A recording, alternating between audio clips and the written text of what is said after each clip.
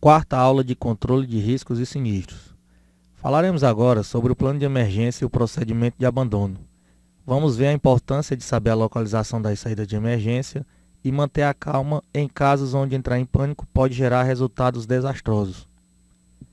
De acordo com o NBR 15219 de 2005, Plano de Emergência contra Incêndio trata do planejamento prévio de reconhecimento dos espaços, dos elementos constitutivos da edificação e dos equipamentos e sistemas de combate a incêndio. Ele vai ter o objetivo de facilitar as ações que devem ser tomadas pelas equipes de emergência em caso de incêndio.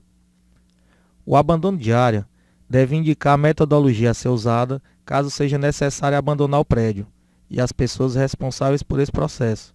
Faz parte do plano de abandono a remoção rápida, segura e de forma ordenada e eficiente de toda a população da edificação, em situações de emergência ou durante um exercício de simulação. As brigadas de incêndio podem ser classificadas como brigada de incêndio, brigada de abandono e brigada de emergência. Brigadas de emergência são aquelas que, além de combater princípios de incêndio, realizam a orientação para o abandono do local. São também responsáveis por sinistros e riscos em locais específicos, como inundações, vazamento de produtos perigosos, entre outros. Brigadas de abandono são aquelas destinadas a retirar a população das edificações em caso de emergência. Ela vai ser composta por um coordenador geral, um coordenador de andar, puxa-fila, serra-fila e um auxiliar. Brigadas de incêndio são aquelas destinadas ao combate de princípio de incêndio nas edificações. São compostas por um coordenador geral, um chefe de assessoria, chefe de brigada, líder e pelos brigadistas. A composição e formação da brigada de incêndio deve ser realizada de acordo com as disposições da NBR 14276, de 2006. Essa norma estabelece a obrigação do curso de formação para o brigadista e define como será composta essa brigada. A norma vai ser complementada por algumas notas que ajudam a definir como vai ser composta a brigada. Aqui temos algum destaque dessas notas. A definição do número mínimo de brigadistas por setor, pavimento e compartimento deve prever os turnos, a natureza de trabalho e os eventuais afastamentos. A composição da brigada de incêndio deve levar em conta a participação de pessoas de todos os setores. O grupo de apoio aos bombeiros profissionais civis ou privados não são considerados na composição da brigada de incêndio da planta, devido às suas funções específicas. A planta que não foi enquadrada em nenhuma das divisões previstas no anexo da NBR 14276 deve ser classificada por analogia com o nível de risco mais próximo. Quando a população fixa de um pavimento, compartimento ou setor for maior que 10 pessoas, será acrescido mais um brigadista para cada grupo definido da tabela A1 do anexo A da NBR em questão. O GLP é um gás volátil e queima muito facilmente. Por isso exige bastante cuidado ao lidar com ele. Ele é mais pesado que o ar, portanto, quando há um vazamento, a sua concentração vai se dar nos locais mais baixos, onde a ventilação é naturalmente mais difícil. Por esse motivo, o gás fica acumulado e se mistura com o ar, ficando suscetível à explosão ou incêndio, dependendo da concentração. Os danos decorrentes do GLP podem ser ou vazamento ou incêndio. O vazamento é mais perigoso devido aos riscos que oferece, apesar do fogo ser mais destruidor. O aconselhável é não acender as luzes, fósforos ou isqueiros e abrir todas as janelas para que o ar entre nesse recinto, logo após fechar o registro do fogão ou botijão.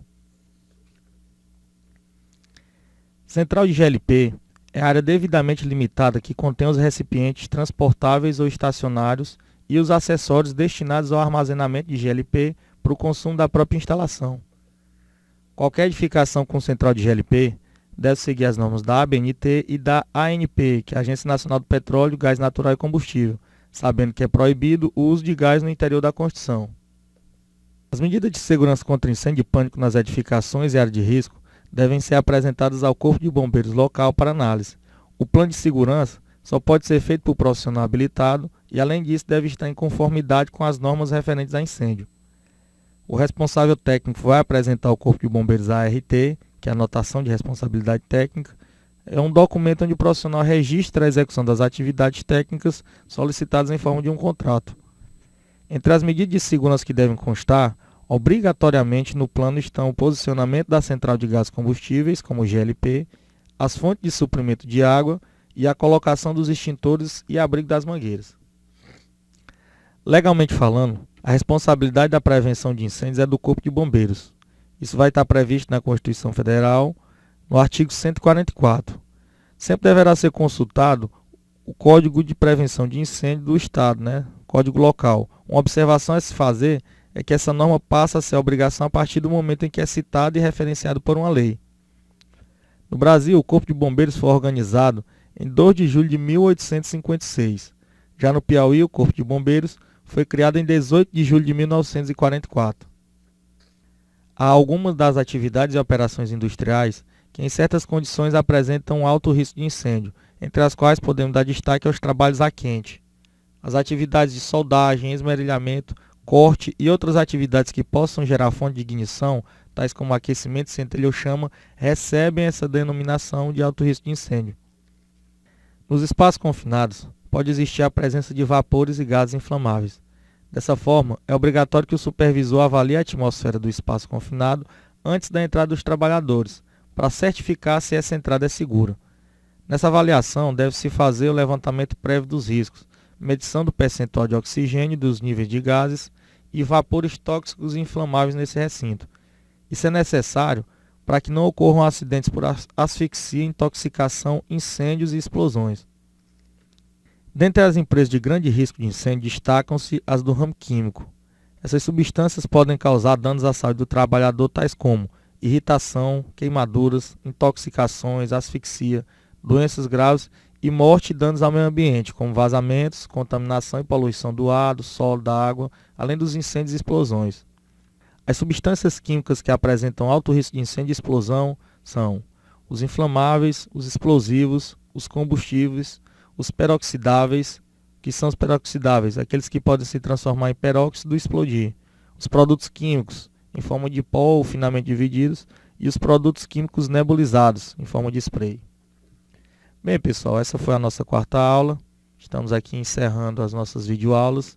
Espero que vocês tenham estudado bastante aprofundado para a gente fazer uma prova legal e ter um conhecimento bem bacana dessa disciplina. Um abraço a todos e até a próxima.